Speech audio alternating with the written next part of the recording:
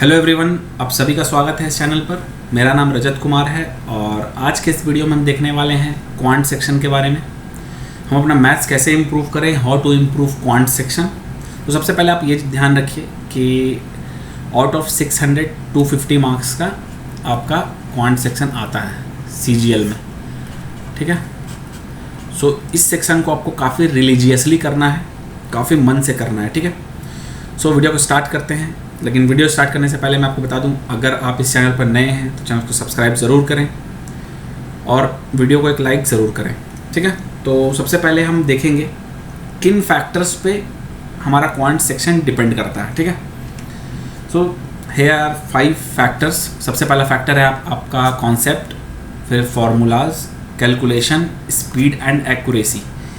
ये जो आपके 5 फैक्टर्स हैं, जिस दिन आप इन पांचों फैक्टर पे आप अच्छे से कमांड कर लोगे, उस दिन आपका स्कोर पेपर में भी और मॉक टेस्ट में भी, दोनों में आपका एक अच्छा स्कोर आएगा, ठीक है। सो सबसे पहले हम बात करते हैं कॉन्सेप्ट की। कॉन्सेप्ट और फॉर्मूलाज दोनों को हम एक साथ ही लेकर चलेंगे, ठीक है। सो सबसे पहला पॉइंट आपको ध्यान रखना है कि आपको मेंस के लिए तैयारी करना है, ठीक है। प्रीलिम्स के लिए कोई तैयारी नहीं होता मैथ्स में, ठीक है। अगर मैथ्स की बात करें तो प्रीलिम्स के लिए कोई तैयारी नहीं होता है। आपको सीधा अपना फोकस रखना है मेंस पे। अगर आप मेंस लेवल का प्रिपरेशन अगर आप पहले कर लोगे तो ऑब्वियस सा बात है कि आपका जो प्रीलिम्स का पेपर होगा वो आपको काफ़ी आसान लगेगा। क्वांट सेक्शन की मैं बात कर रहा हूँ, ठीक है।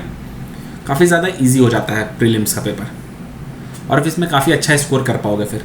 इसलिए स्टार्ट फॉर मेंस के लेवल का प्रिपरेशन आप करो, ठीक है। सबसे पहले हम बात करते हैं कॉन्सेप्ट्स और फॉर्मूलाज की। तो ऐसा इन जनरल देखा गया है, मेरे साथ भी पहले बहुत होता था।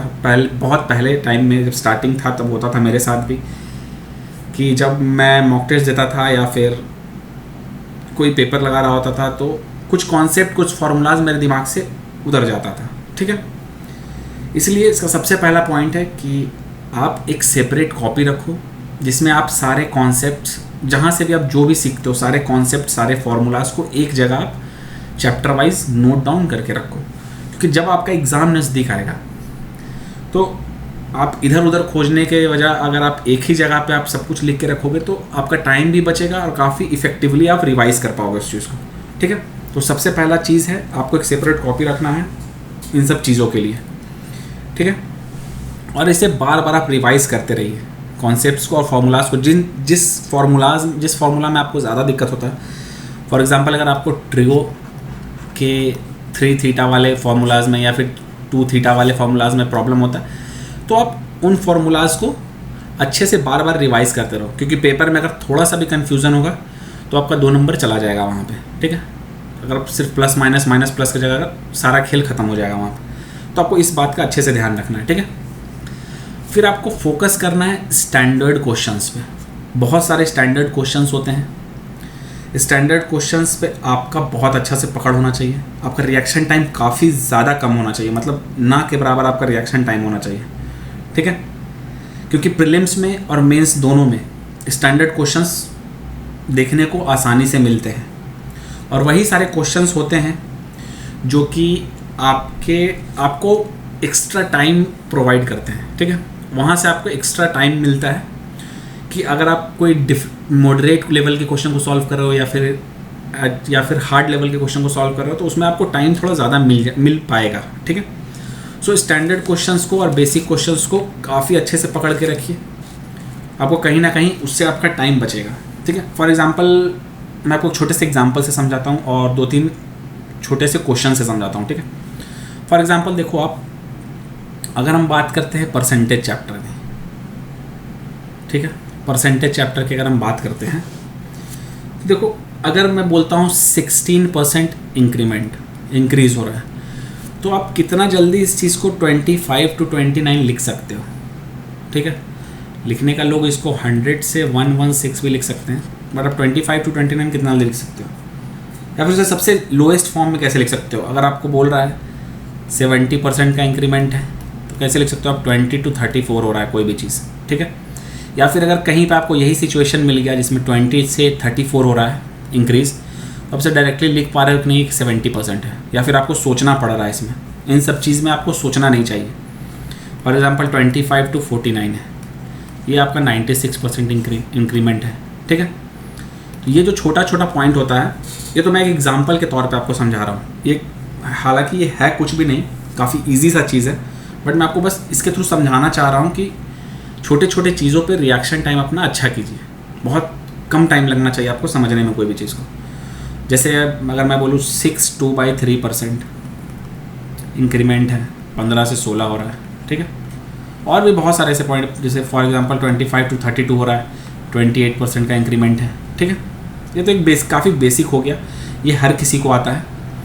फॉर एग्जांपल अगर मैं बात करूँ किसका, मैं बात करता हूँ अगर अलजेब्रा में, तो ये x + x अगर 3 है, तो अगर स्क्वायर के टर्म्स में लिखना, स्क्वायर वाले लिखना है, फॉर एग्जांपल x² + 1/x², तो ये क्या होगा, ये आपका 7 होता है। क्यूब्स की, अगर क्यूब की बात करो, अगर आप क्यूब के फैक्टर में बात करो, तो ये क्या होता है, 18 होता है, ठीक है, समझ रहे हो। 5 के टर्म्स में अगर रहता है तो कितना होता है, स्क्वायर्स में कितना होता है, क्यूब में कितना होता है, ये सब आपको सॉल्व करते करते दिमाग में आपके बैठ जाता है, ठीक है। फिर फॉर एग्जांपल अगर मैं आपको क्वेश्चन के तौर पे भी इसे समझाना चाहूँ, तो देखिए ये एक स्टैंडर्ड क्वेश्चन है, ठीक है, इनकम, एक्सपेंडिचर और सेविंग्स का। ये क्वेश्चन लगभग आपको एग्जाम में देखने को मिल ही जाता है। ये क्वेश्चन मैं लेकर आया हूँ आपका, ये है आपका CGL 19 मेंस का, ठीक है, ये 19 मेंस का। तो देखो इस क्वेश्चन को कोई 30 सेकंड से कम में भी सॉल्व कर सकता है, ठीक है, 30 सेकंड से कम टाइम भी लग सकता है इसे सॉल्व करने में। कोई इसे 30 to 1 मिनट भी, 30 सेकंड to 1 मिनट भी ले सकता है सॉल्व करने के लिए, ठीक है। डिपेंड आप पे करता है कि आप किस इसमें आना चाहते हो या फिर इसमें आना चाहते हो। अगर आप इसमें आते हो, वेल एंड गुड, बहुत अच्छी बात है। आपको इसमें 30 सेकंड से ज़्यादा टाइम लगना भी नहीं चाहिए। आप कितना जल्दी लिख सकते हो पढ़ के, वो भी आपके अंदर होना चाहिए, ठीक है। फॉर एग्जांपल देखो क्या है क्वेश्चन में, Renu saves 20% of her income expenditure saving हो गया, ये हो गया 100, ये हो गया 80, ये हो गया 20, ठीक है। एक्सपेंडिचर इंक्रीजेज बाई 20%, ये 96 हो गया। इनकम इंक्रीजेज 29%, 29 हो गया। इन दोनों का डिफरेंस कितना हो गया, 33 हो गया। कितना हो गया ये, 65%। क्लियर है, कुछ भी नहीं है। अब देखो यहाँ पे यही आ गया आपका 20 to 33, कितना है, 13 का इंक्रीमेंट है, 13 मतलब 65, 13 मीन्स 65, ठीक है। ये सब करना था, कुछ भी नहीं है, बस डायरेक्टली लिखते जाना है, आपको परसेंट निकालना नहीं है। तो छोटा छोटा चीज़ है, आपको छोटा छोटा चीज़ ही पे ही फोकस करना है आपको, ठीक है। ये सारा छोटा पॉइंट ही आपको बाद में टाइम मैनेजमेंट में या फिर ज़्यादा क्वेश्चन अटेम्प्ट करने में हेल्पफुल होता है, ठीक है। ये हो गया। अब जैसे नेक्स्ट क्वेश्चन ये देखो आप, ये भी 19 मेंस का क्वेश्चन है, ठीक है। A TV sold at 8% gain, had it been sold for 714 more, the gain would have been 15%। यहाँ से साफ मुझे दिख रहा है कि ये 7% है डिफरेंस, 7% होता है 714, 102 का फैक्टर है, ठीक है। अब 102 का फैक्टर हमको चाहिए 18%, इट मीन्स हमको 118, इट मीन्स 118 चाहिए, ठीक है। 118 into 2 लास्ट में 6 होगा, ऑप्शन ए इस सवाल का सही उत्तर होगा, ठीक है। तो आपको पूरा बैठ के से सॉल्व नहीं करना कि पहले आप मानोगे 100 है, फिर 108 में बेच रहे थे, फिर 115 में बेच रहे थे, 7% का गैप है, 7% 714 होता है, 1% आपका 102 हो गया। देखो 102 हो गया 1%, आपको चाहिए 118%, ठीक है। 118% ही चाहिए ना, 118 चाहिए, ठीक है। इन दोनों को इंटू करोगे, लास्ट में 6 आ रहा है। ऑप्शन देखो, यूनिट डिजिट सबका डिफरेंट है, विद इन सेकेंड्स वाला क्वेश्चन होता है ये सब, ठीक है। तो यही सारा क्वेश्चंस आपको हेल्प करता है किसी लेंदी क्वेश्चन में, या फिर कोई अच्छा लेवल का क्वेश्चन अगर आ गया आपके पेपर में, तो उसमें भी आपको हेल्प करता है ये सब, ठीक है। तो ये छोटा छोटा पॉइंट है, छोटा छोटा बात है, यही सब बात आपको अच्छे से ध्यान रखना है।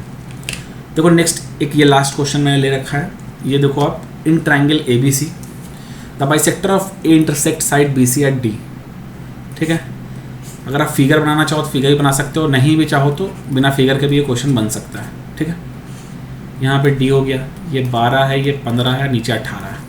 तो देखो 4 रेस, ये अब 12 और 15 है, सॉरी 12-15 है, मतलब 4:5 में ये डिवाइड हो रहा है ये लाइन, ठीक है।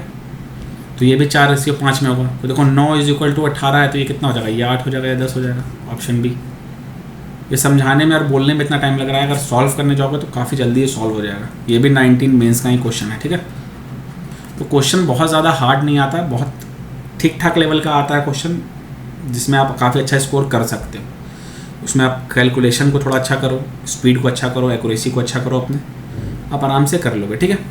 तो बस आपको सिर्फ अपना रिएक्शन टाइम कम करना है, प्रैक्टिस कीजिए स्टैंडर्ड क्वेश्चन का अच्छे से। और अगर आप कोई बुक नहीं भी लिए हो, अगर आपके पास कोई बुक नहीं भी है, तो मैं रिकमेंड करता हूँ आपको कि आप अगर CGL की बात करते हैं, ठीक है, तो CGL 2019 का प्रीलिम्स प्लस मेंस, 18 का प्रीलिम्स प्लस मेंस और 17 का प्रीलिम्स प्लस मेंस, ठीक है। CHSL 2020 का कुछ पेपर तो भी हो गया है, 19, 18, ठीक है। और CPO 18, 19 और 20, ठीक है। इन सारे को, इसमें जितना भी क्वेश्चन आया है क्वांट्स का, मैथ्स का आपका जितना भी क्वेश्चन है इसमें, ठीक है, और जो भी सारा कॉन्सेप्ट, फार्मूलाज, जो कुछ भी यूज़ हुआ है इन सारे क्वेश्चंस में, वो आपको बाय हार्ट होना चाहिए, आपको अच्छे से याद होना चाहिए वो कॉन्सेप्ट, कि उस कॉन्सेप्ट में हम किस तरह से सॉल्व करते हैं, उस कॉन्सेप्ट को किस सबसे अच्छा अप्रोच क्या है वैसा क्वेश्चन को सॉल्व करने का, ठीक है। सारा कुछ आपको अच्छे से आना चाहिए। तो अगर आप इसका और इसका, अगर इन तीनों के क्वांट सेक्शन का आप काफ़ी अच्छे से अगर प्रैक्टिस करते हो, तो आपका एक अच्छा स्कोर आपको देखने को मिलेगा मॉक टेस्ट में और पेपर दोनों में, अगर आप इसे सॉल्व करते हो, ठीक है। ये भी मैं बताता हूँ, अगर फॉर एग्जांपल अगर आप किसी भी एक टॉपिक को सॉल्व करते हो, ठीक है, जैसे आप CGL 19 प्रीलिम्स, इसका आप शिफ्ट से सॉल्व करते हो, ठीक है।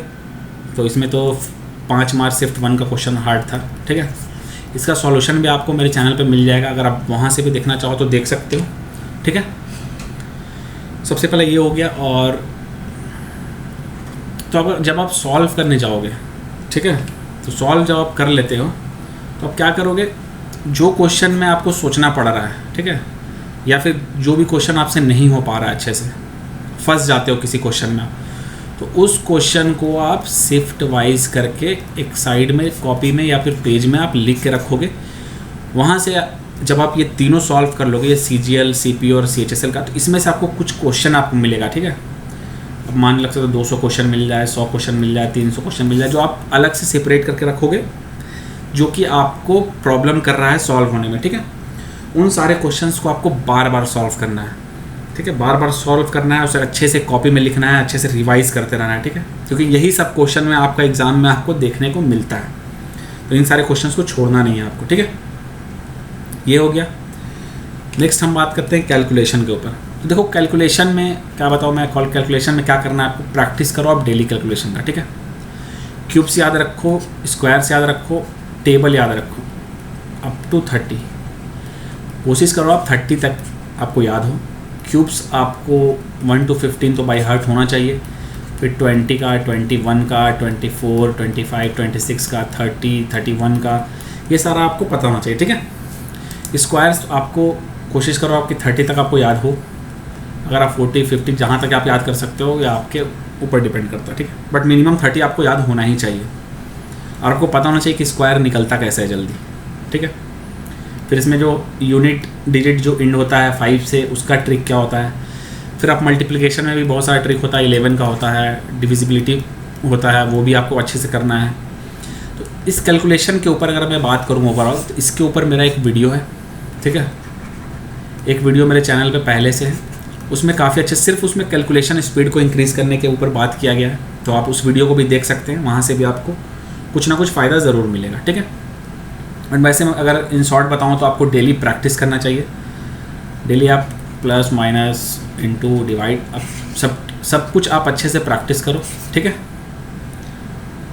वही अच्छा है आपके लिए, क्योंकि कैलकुलेशन स्पीड होना आपका बहुत ज़रूरी है। अगर आपका थोड़ा भी लेंदी पेपर आ गया, ठीक है, किसी शिफ्ट में लेंदी पेपर रहता है जिसमें कैलकुलेशन काफ़ी ज़्यादा डिमांड करता है TCS, ठीक है, तो कैलकुलेशन स्पीड आपका अच्छा होना ही चाहिए।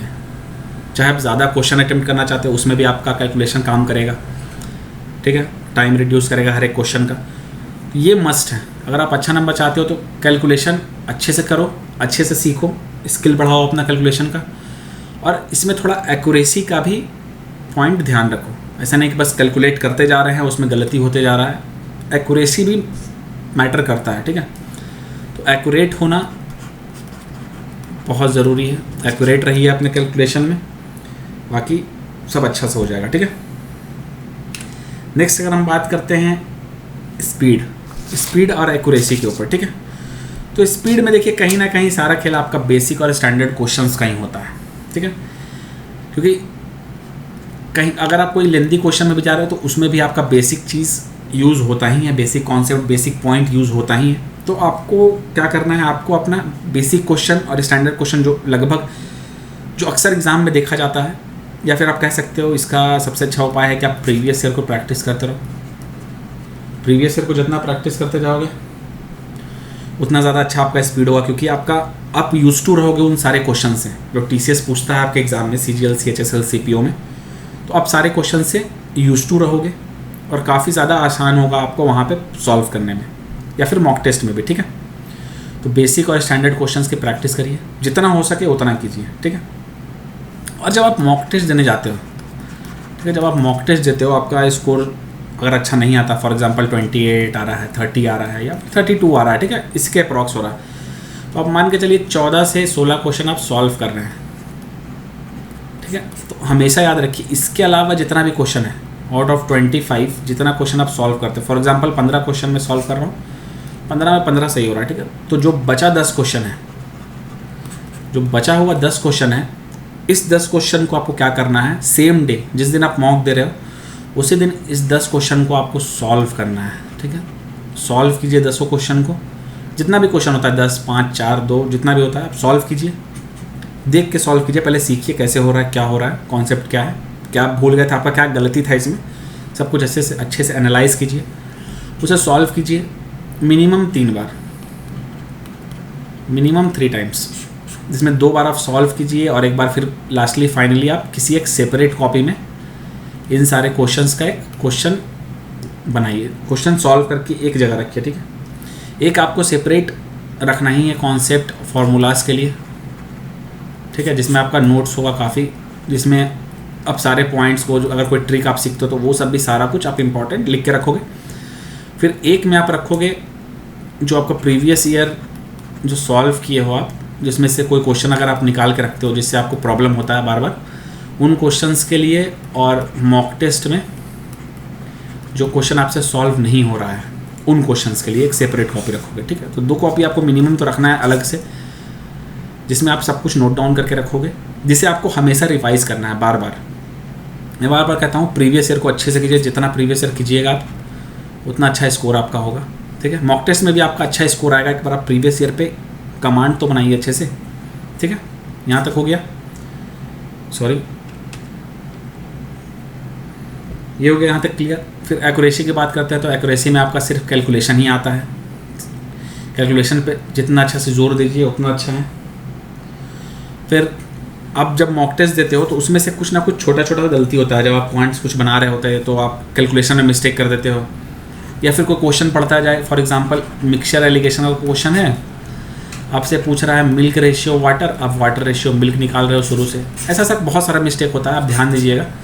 तो इन सारे मिस्टेक्स को आपको अच्छे से सॉल्व करना है, ठीक है।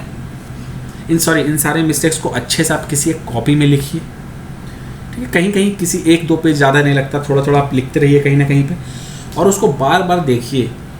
जब भी आप नेक्स्ट मॉक देने जाते हो तो उन पॉइंट्स को आप देखिए कि आप पिछला मॉक में क्या गलती किए थे, आपका एक्यूरेसी नीचे क्यों हो रहा है, या आप हिट एंड ट्रायल मेथड लगाते हो ऑप्शन में कि बस कि नहीं आ रहा, लग रहा है कि A, B, C, D में से कोई होगा, उसमें टिक कर दिया। तो ऐसा नहीं करें। जब तक आप 2 ऑप्शन को एलिमिनेट नहीं कर पाते हो, जब आप 2 ऑप्शन आपके पास रहे तभी जाके आप रिस्क ले सकते हो, ठीक है। चारों ऑप्शन अगर डाउट में रहे तो 4 में आप 4 पे रिस्क नहीं ले सकते हो, ठीक है ना। तो अपने मिस्टेक को लिखिए, अपने वीकर सेक्शन को देखिए, जो आपका वीकर सेक्शन है मॉक में, जब आप मॉक देते हो उसमें क्वांट्स का सेक्शन आप चेक करते हो, तो आप चेक करो कि आपका कौन सा क्वेश्चन कॉन्स्टेंटली आपका किस चैप्टर से छूट रहा है क्वेश्चन। फॉर एग्जांपल आपको ज्योमेट्री में प्रॉब्लम हो रहा है या फिर मेंसुरेशन में प्रॉब्लम हो रहा है, किस जगह पे आपको प्रॉब्लम हो रहा है, आप उस चीज़ को अच्छे से देखो पहले, ठीक है। जब आप देखोगे, अच्छे से समझोगे उस पॉइंट को, तभी जाके आपका नंबर इम्प्रूव होगा। ठीक है, इग्नोर करते रहोगे तो कभी भी नंबर इम्प्रूव नहीं होता। आपको काम करना पड़ेगा उसके ऊपर। जो प्रॉब्लम आप फेस कर रहे हो या फिर आपको टाइम मैनेजमेंट आपसे नहीं हो पा रहा, तो आप क्या कीजिए, जब भी आप अगर टाइम मैनेजमेंट की बात हम करते हैं, देखो टाइम मैनेजमेंट में क्या होता है, जब आप मॉक दे रहे हो आपके पास 25 क्वेश्चन है, ठीक है, तो डेफिनेटली मान के चलो अभी प्रीलिम्स का चल रहा है तो मैं प्रीलिम्स के ऊपर बताता हूँ आपको। ठीक है, प्रीलिम्स में क्या होता है, आपको नहीं भी तो 10 क्वेश्चन आपको इजी मिलेंगे ही मिलेंगे। ठीक है, लगभग 10 क्वेश्चन आपको इजी ही मिलेगा, जो कि आप 30 to 45 सेकेंड्स, मैक्सिमम 45 सेकेंड्स में कह रहा हूँ, मैक्सिमम वो भी नहीं जाना चाहिए, 30 to 35 सेकेंड्स में आप उन सारे क्वेश्चंस को कर सकते हो चाहोगे तो। ठीक है, तो सबसे पहले इस 10 क्वेश्चन की तलाश में रहिए। जब आप 10 क्वेश्चन सॉल्व कर लोगे 25 में से, ठीक है, तो आपके पास सिर्फ 15 क्वेश्चन बचेगा और उस वक्त आपका कॉन्फिडेंस काफ़ी अच्छा होगा। जब आप 10 क्वेश्चन करके साइड कर दोगे, आपके पास थोड़ा टाइम भी होगा। और ऐसा नहीं है कि ये सारा 25 क्वेश्चन डिफ़िकल्ट हो या फिर मॉडरेट हो, ठीक है, ऐसा नहीं है, इसमें भी ईजी हो सकता है, लेकिन जो आपको ये 10 क्वेश्चन आपको सबसे पहले सर्च करना है। और कभी भी 25 क्वेश्चन आप वन गो में मत बनाइए। जब भी आप मॉक दे रहे हैं, क्वांट्स का सेक्शन आ रहा है, तो ऐसा नहीं कि पहला, दूसरा, तीसरा, चौथा ऐसे करके बना रहे हैं, ऐसे नहीं बनाना है। गैप नहीं लीजिए, मतलब आप क्या कीजिए, सबसे पहले सबसे इजी क्वेश्चन ढूंढिए, या फिर कुछ ऐसा ढूंढिए क्वेश्चन जो कि आपको आता है काफ़ी अच्छे से, जिस क्वेश्चन को आप देखते के साथ बोल सकते हो कि हाँ ये हो जाएगा तुरंत, क्वेश्चन को ऊपर से देखते ही आप बोल सकते हो। वैसे क्वेश्चन की तलाश में रहिए, सबसे पहले उन क्वेश्चन को सॉल्व कीजिए, फिर बचा हुआ जो क्वेश्चन है उसमें भी ईजी आप ढूंढते रहिए, जब तक ईजी ख़त्म नहीं हो जाता तब तक उसको रोटेट करते रहिए अपने 25 क्वेश्चन को। काफ़ी आसानी से आप इन सब पॉइंट्स को, अगर आप अच्छे से ध्यान रखते हो, हर एक पॉइंट पे काम करते हो, हर एक फैक्टर पे काम करते हो, तो कहीं ना कहीं आपका स्कोर मॉक टेस्ट में और पेपर में दोनों ही जगह इम्प्रूव होगा। ठीक है, तो इन सारे चीज़ को आप करके देखिए। और अगर वीडियो पसंद आता है तो वीडियो को लाइक ज़रूर करें, और अगर आपका कोई भी क्वेरी हो तो आप कमेंट सेक्शन में ज़रूर पूछें। और हाँ यार, वीडियो को लाइक करें और सब्सक्राइब करें चैनल को ज़रूर। Thank you.